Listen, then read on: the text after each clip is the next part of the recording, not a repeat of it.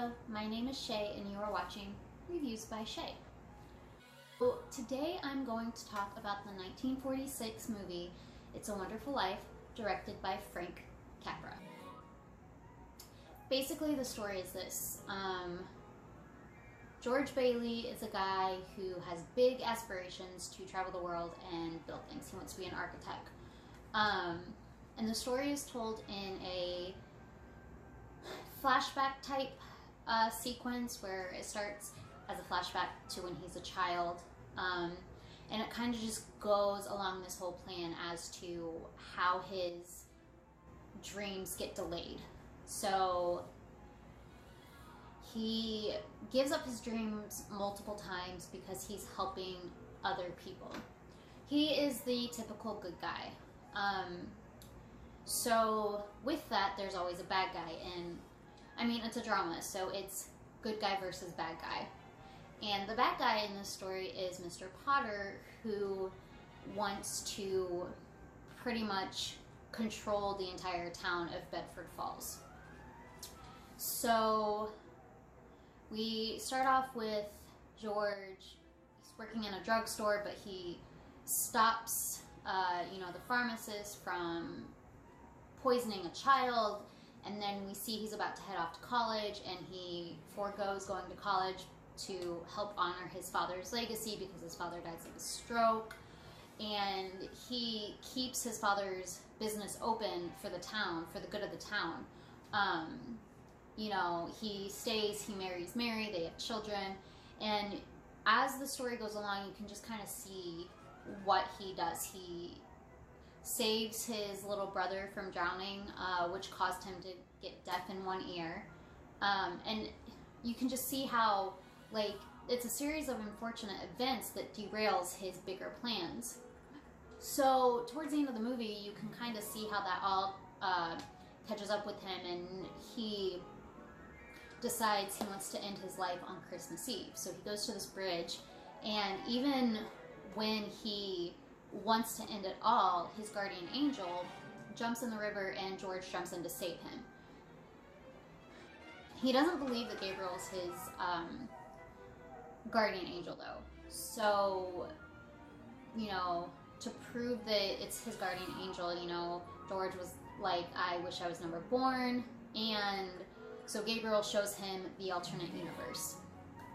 There's a lot more to the story. It's like a 2-hour-long film, and there's so much to it, but that's the gist of it. So a couple things that I noticed, technically speaking, was the lighting. The big one was the contrast between this alternate world that Gabriel shows him and his actual life.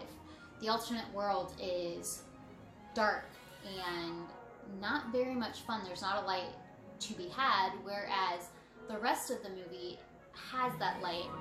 Another thing that I noticed was the freeze frame, which I'm pretty sure it wasn't the first movie to do the freeze frame. I'm not sure, but this was still pretty advanced for the time.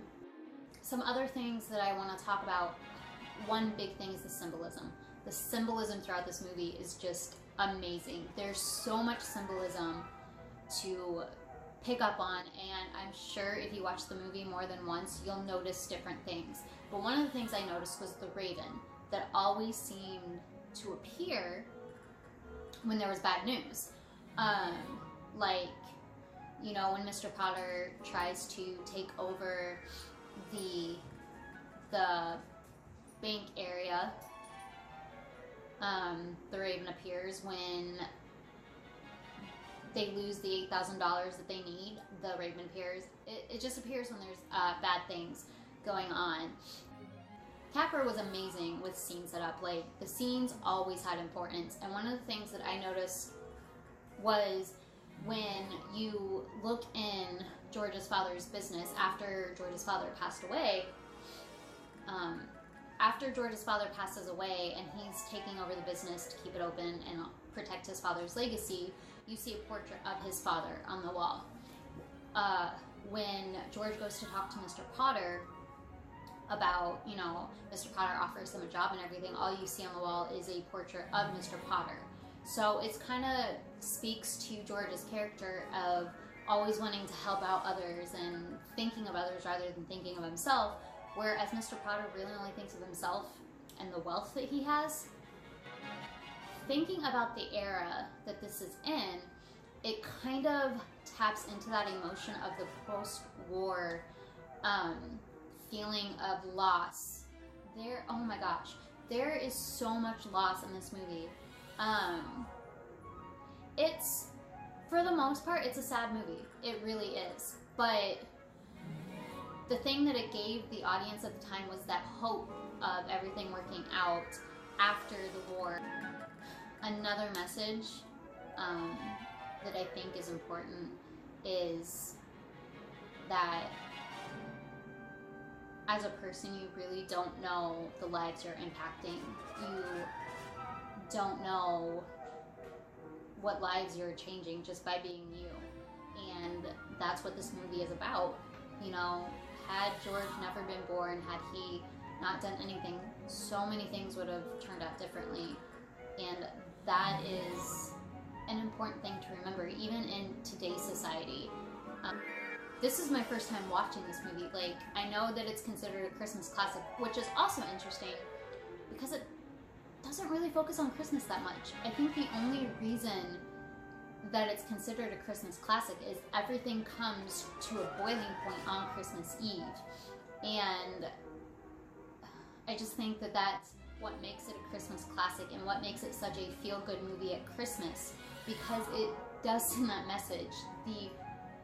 I think the main message of the entire movie is that true wealth does not have monetary value. At the end of the movie, it even says, you know, George is the richest man in town, but it's not because of money. You know, true wealth means family and values and virtue and friendship and all this stuff that money really can't buy. So I think that's just amazing.